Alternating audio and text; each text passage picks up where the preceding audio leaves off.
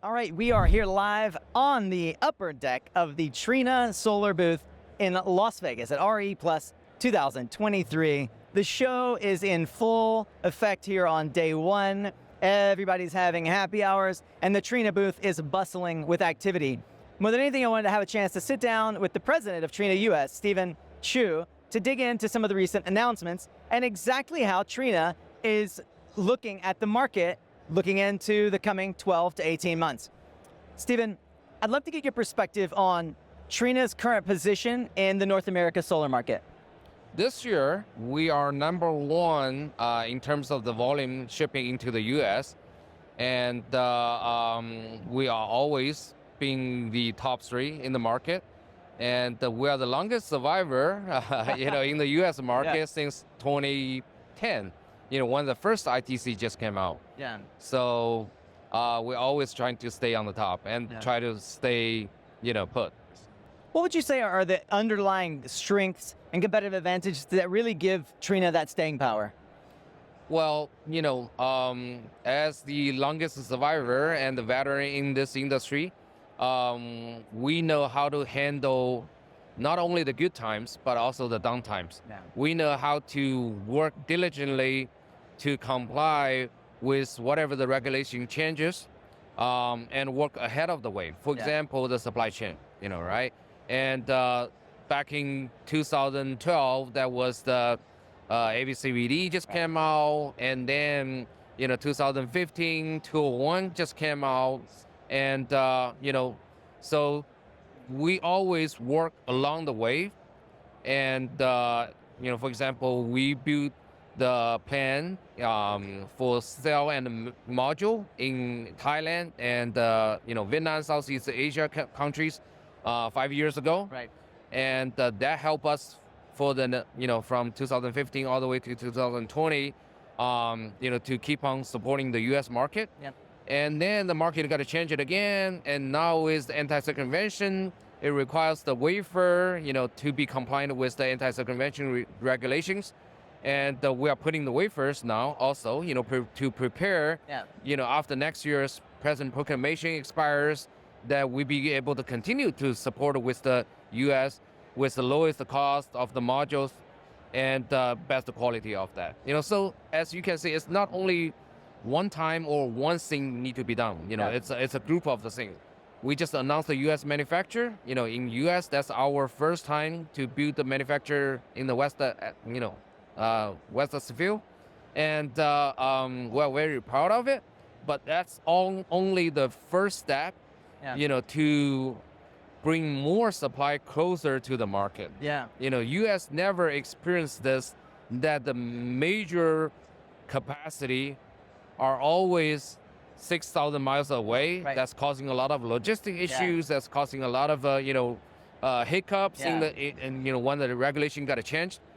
We are trying to mitigate all those risks. Sure. Right. One of the things that Trina became known for, but beyond being world-class in R&D and providing products that are leading the industry, is the concept of the campus, really surrounding infrastructure with the suppliers. The infrastructure that you've built, not only in China, but in other countries, has supported your ability to deliver products to those local markets, as well as to ensure quality assurance along the value chain. And you mentioned the most recent announcement, the factory that you're bringing to Texas here in the United States. Could you speak a bit about the importance of this facility for Trina and for Trina's customers, the industry at large, and perhaps how you're thinking about bringing in some of the philosophy that has made Trina so reliable and long-lasting? Yeah, absolutely. This U.S. manufacturer, like I said, it's the first, manufacturer in U.S. in this region, closer to the market. It's definitely not going to be the last one. It's just the beginning. Yeah. And the Trina's philosophy is always not only to build the factory itself, but also to bring the ecosystems, so that it has the sustainable growth continuously. And it's not only about one component of the module, but also about the things to goes into the module. Sure. All the bombs, the balance of the module, and all the services. Yeah. And logically, that it makes sense, right? Yeah. So that instead of shipping modules before 6,000 miles away to the U.S. market, why do we have to ship bombs now? Right. The frame, the glass, Right. or even the EVA paste, to 6,000 miles away. Right. It doesn't make too much sense. Yeah. Right. In order for us to stay cost competitive, to keep on supporting the market, supplying the market with the best quality of the modules with the lowest cost, that's something we have to do. Yeah. I'd love to hear a little about the scale of the manufacturing that you're putting in place in Texas. For those who maybe missed the press release, could you talk about the specifics of the factory and the timing? Yeah, I mean, currently we do have 6.5 gigawatt of the capacity vertical integrated in Southeast Asia already, with wafers, solar cell module, and everything.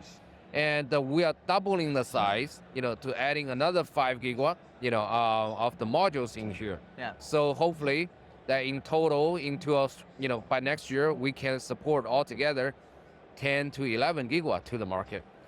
We are, more conservative than, a lot of the other, player, that we only, do things that we know that we're, good at it. And it's not only one-time stuff, it's not opportunism. Right.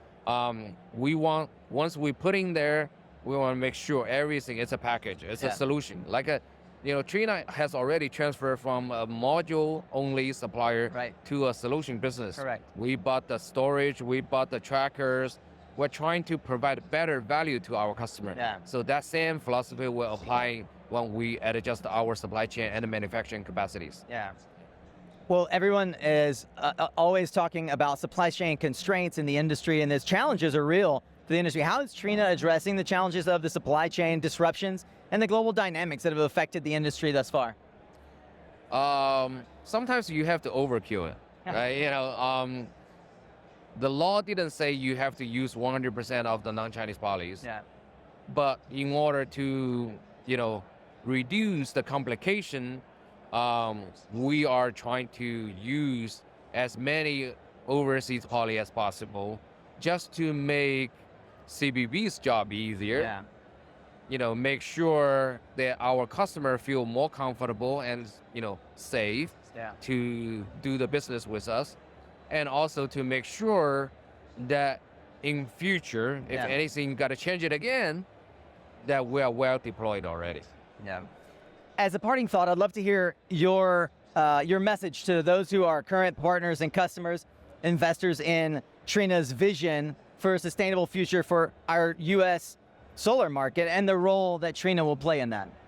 Like I said, this is only the beginning. This is stage one. We are, giving a lot of hope. That's a training period also, for us to get, learn, how to do the manufacture more efficiently in the U.S., how to, train the people in here in order to provide the best services and best products, and how to work with the local resources and with the, government, with the EPC companies, in order to build, get things done, on time and on quality. And we will continue to do that, hopefully then next time, which should be very soon, that we can duplicate it or make it much bigger. It's already on our agenda. Yeah. Well, we'll be watching with bated breath, looking forward to all that's coming out of Trina and the new factory in Texas. It was great spending time with you, Steven, as the president here of Trina in the United States, and getting a sense of how Trina it continues to exhibit leadership for the market. Yeah, that's what we're trying to do, and we will achieve that. Based on the history, we demonstrate Trina's ability, already, and we believe it's just going to be the next decades for the successful business in the U.S.